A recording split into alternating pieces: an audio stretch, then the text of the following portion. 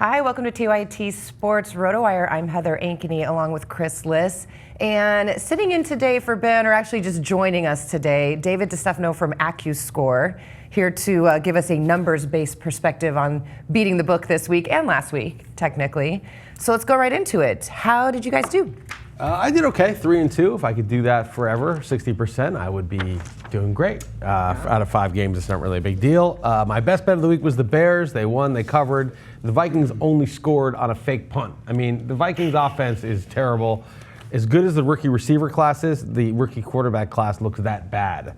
And so that was a fade. Teddy Bridgewater bounced back for the Bears. They did it. Texans +3. I just thought that was a good buy low against the Browns team that was a little bit of a fraud. That also happened. Chiefs +1, I got lucky. Seattle just like 10 times was right knocking at the door, but because they were down 4, they couldn't kick a field goal, so I won. I was lucky. The Saints, that was a terrible pick. They lost big. The Redskins, that was a terrible pick. I guess we call them the Pigskins. I call them the Bullets. Either way, that was a horrible pick. They not only were heavy favorites, but they got crushed. So, okay, 3-2, I'll live with it. All right, and then Ben, let's go over Ben's picks. He had Buffalo +5.5, not minus. Are we going to change that? Green Bay Packers -5.5. Seahawks -1. Tampa Bay +7, and the Giants +4.5. How did you feel about his picks last week? The Giants, he probably should have won. I mean, Eli threw 5 picks, really 4. The last one was on 4th down, didn't matter. But he threw 4 picks, some of which it was like he was shaving points. I mean, it was like right to the guy 10 feet away. And the Giants got stuffed on a 4th and short. They shouldn't have run into the teeth of the line. They should have covered that spread. That was, they deserved to cover that spread. That was a good pick. It just didn't go right. Tampa Bay was a great pick. Green Bay was a great pick.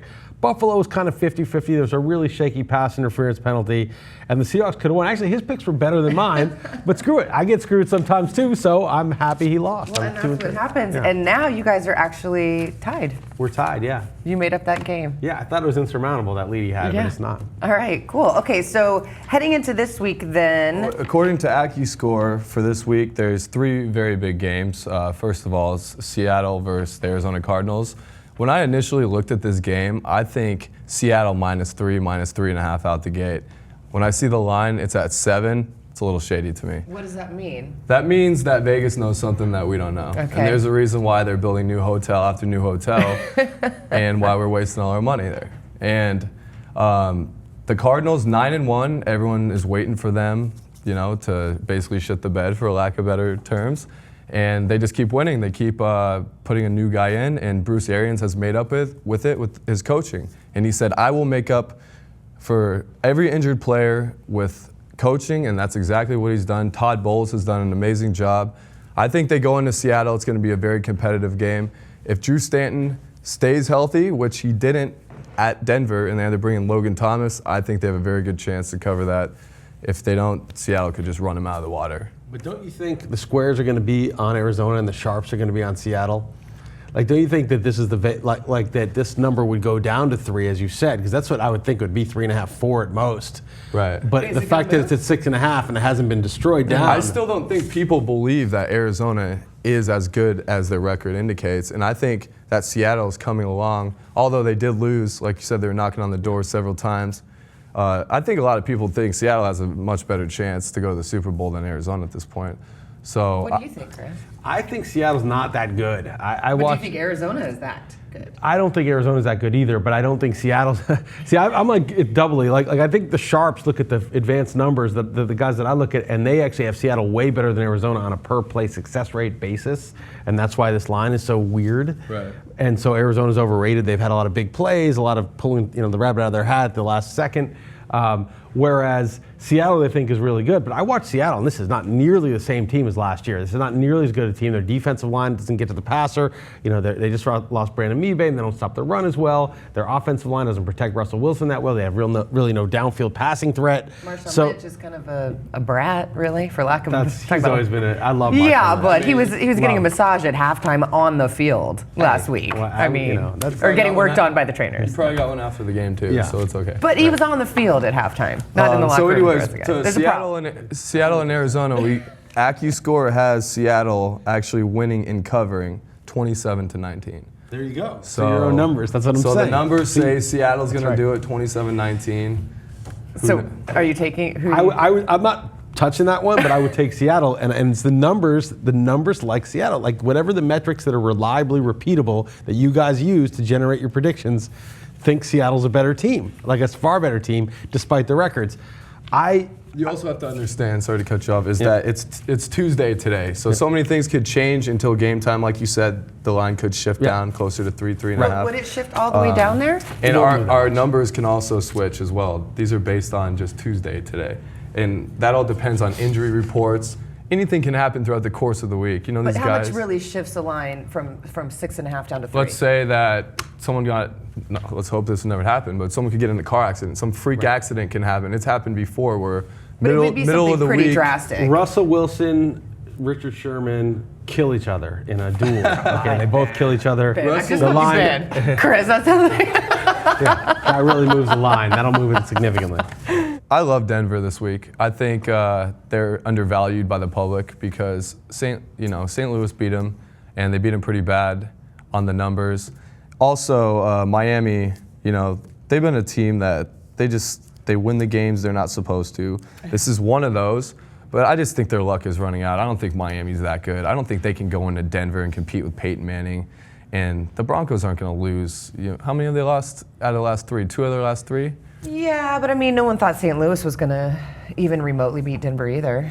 St. Louis is that team. They play great defense, especially at home. And, they've had bad luck with their quarterback. But they're a couple players away from being a contender. And I think if they're in the NFC South, they'd be tied for the division lead in the NFC South at 4-6. Damning with faint praise, though.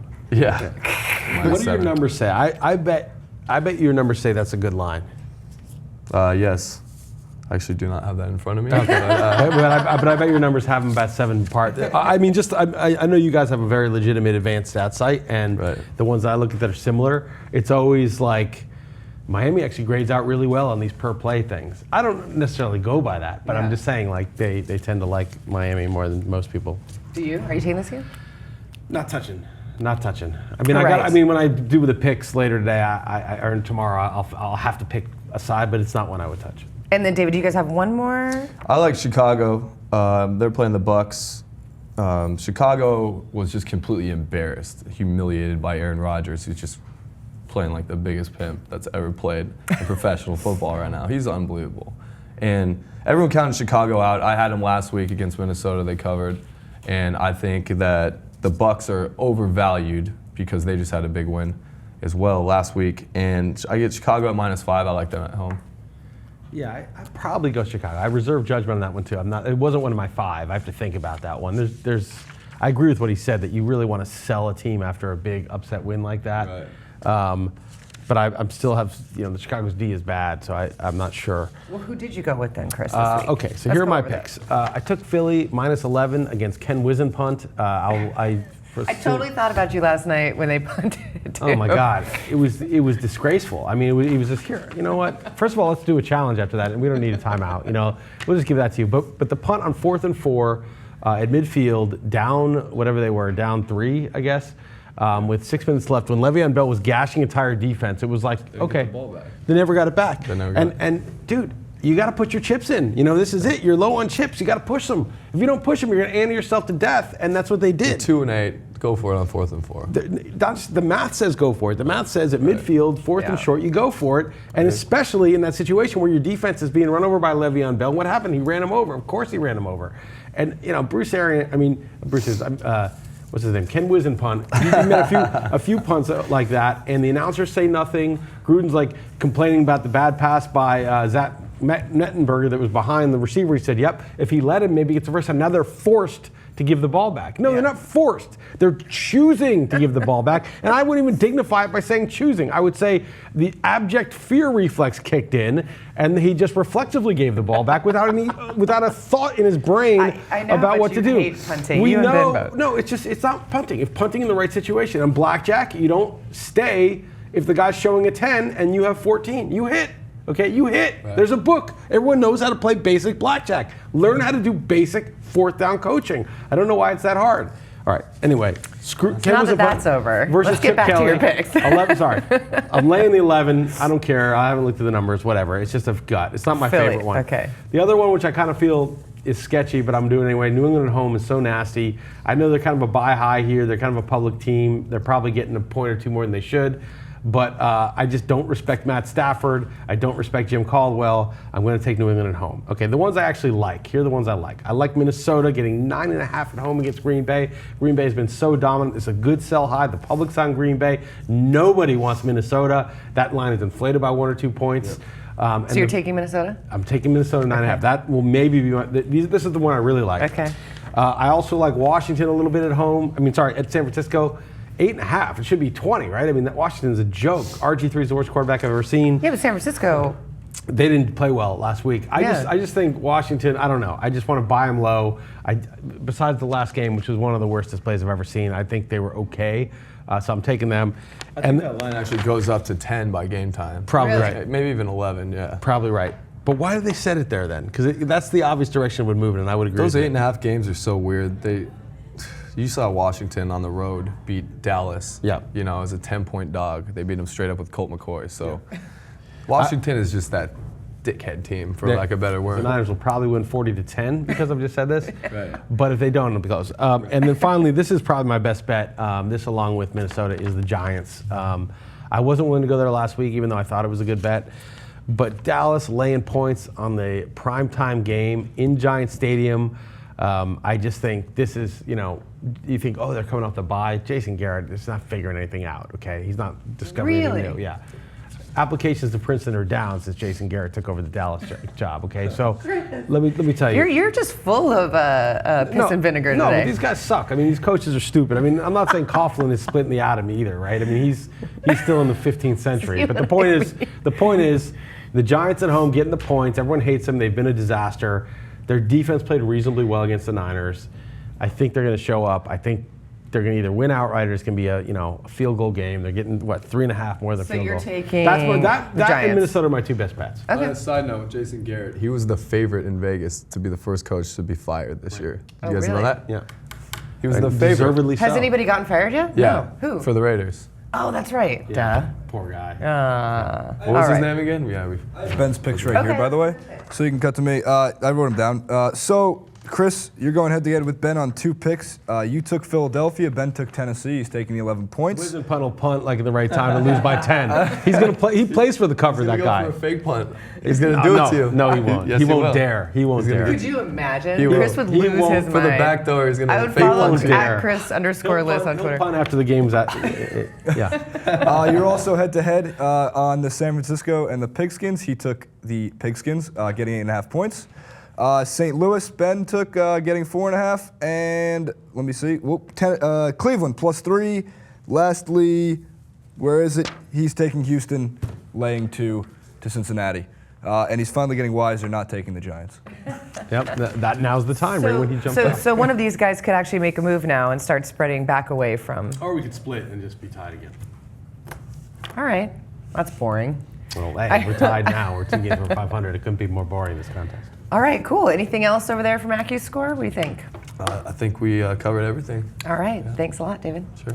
Thanks for watching, and be sure to check out Chris's articles on rotowire.com/TYT.